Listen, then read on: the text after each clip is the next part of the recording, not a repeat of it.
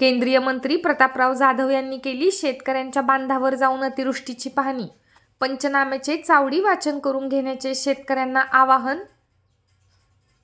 बुलढाणा जिल्ह्यात झालेल्या ढगफुटी सदृश पाऊस आणि अतिवृष्टीमुळे शेतकऱ्यांचं दुहेरी नुकसान झालंय। घरामध्ये पाणी शिरल्याने जीवनावश्यक वस्तू वाहून गेल्यात।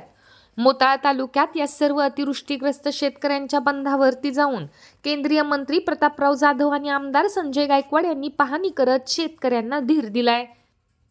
कृषी सहाय्यक तलाठी यांनी योग्य तो समन्वय साधून एकही बाधित शेतकरी मदतीपासून वंचित राहणार नाही याची खबरदारी घेऊन पंचनामे करावेत। पंचनामे झाल्यानंतर शेतकऱ्यांनी त्याचे चावडी वाचन करून घेण्याचे आवाहन यावेळी प्रतापराव जाधव यांनी केले आहे।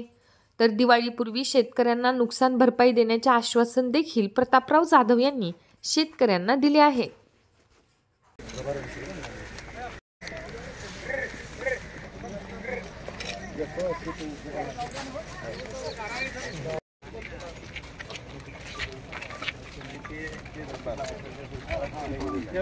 नुकसान हे काय मिनिटात झालेलं आहे साहेब, प्रत्येकाचं नुकसान म्हणजे नाही आज काही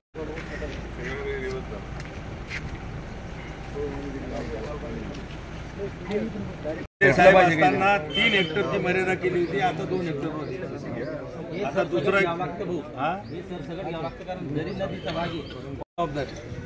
साहेब फक्त दिवाळीच्या पहिले बोलतो सोयाबीन विकून दिवाळी झाली असती, दिवाळीच्या पहिले थोडं काहीतरी बरं पंचनाम्यावर काय लिहिलं ते त्याच्यावर मदत आहे।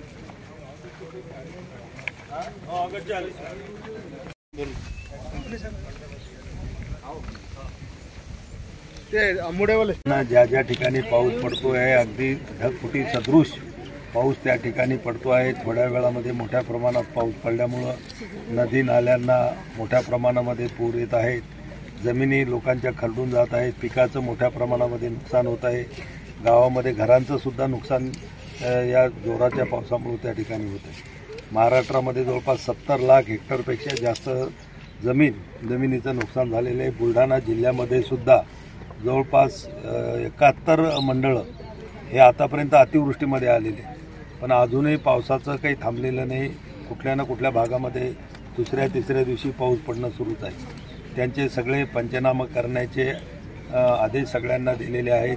खरडून गेलेल्या जमिनीचा वेगळा पंचनामा करा, पिकाचे नुकसान झालं असेल त्याचा वेगळा, विहिरी खचून गेल्या असतील त्याच्यावर तुम्ही नोंदी करून घ्या, सौर पंप खराब झालेले असतील त्याच्यासुद्धा नोंदी घ्या, कुठे इलेक्ट्रिकचे पोल पडले असतील, कुठं रस्ते खराब गेले असतील ते जिल्हा परिषद PWDला सांगून त्यांच्या दुरुस्तीसाठी सुद्धा वेगळा फंड त्या ठिकाणी मिळणारच आहे। तर तो दरवर्षी आपल्याला फ्लडचा निधी फ्लड डॅमेजचा निधी मिळतच असतो।